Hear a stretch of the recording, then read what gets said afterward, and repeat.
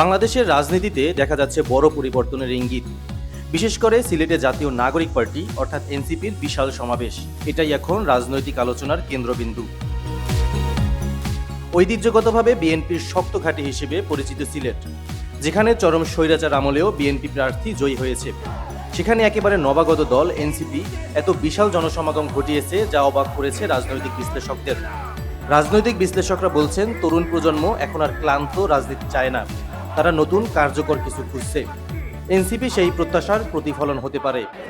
NCP কোনো চাঁদাবাজের দল নয়, এনসিপি কোনো টেন্ডারবাজের দল নয়। এনসিপি উঠে এসেছে সংকট থেকে, সমস্যা সমাধান করে এনসিপি উঠে এসেছে, ফ্যাসিবাদের কবর রচনা করে এনসিপি উঠে এসেছে, আওয়ামী লীগের চ্যাপ্টার ক্লোজ করে এনসিপি উঠে এসেছে। আপনারা এনসিপির হাতকে শক্তিশালী করুন। এনসিপি শুধু সিলেটেই নয়, দেশের প্রতিটি জেলা ঘুরে জনসম্পৃক্ততা বাড়াচ্ছে এবং অনেক জায়গায় অপ্রত্যাশিতভাবে বিপুল সাড়া পাচ্ছে।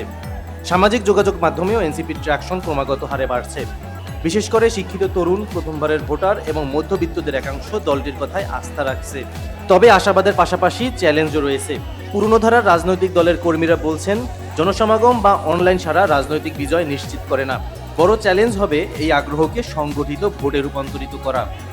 গত এক দশকে দেখা গেছে, দেশের মানুষ দুই প্রধান রাজনৈতিক দলের বাইরে বিকল্প কিছু চায়। এনসিপি কি পারবে সেই শূন্যস্থান পূরণ করতে?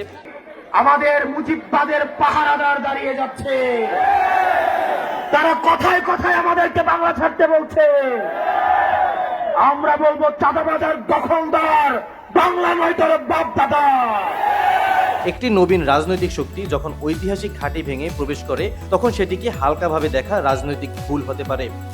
ঐতিহ্যগতভাবে বিএনপির শক্ত ঘাঁটি হিসেবে পরিচিত সিলেটেই এমন বিপুল মানুষের উপস্থিতি নবীন এ দলের প্রতি আগ্রহের বহিঃপ্রকাশ বলেই মনে করছেন বিশ্লেষকরা। একটি একেবারেই নতুন দল এনসিপি, সেখানকার জনসমর্থনে যে ঝলক দেখিয়েছে তা নিঃসন্দেহে রাজনৈতিক পরিবর্তনের বড় ইঙ্গিতবাহী। এখন দেখার বিষয়, এনসিপি আসন্ন জাতীয় নির্বাচনে কেমন ভূমিকা রাখতে পারে।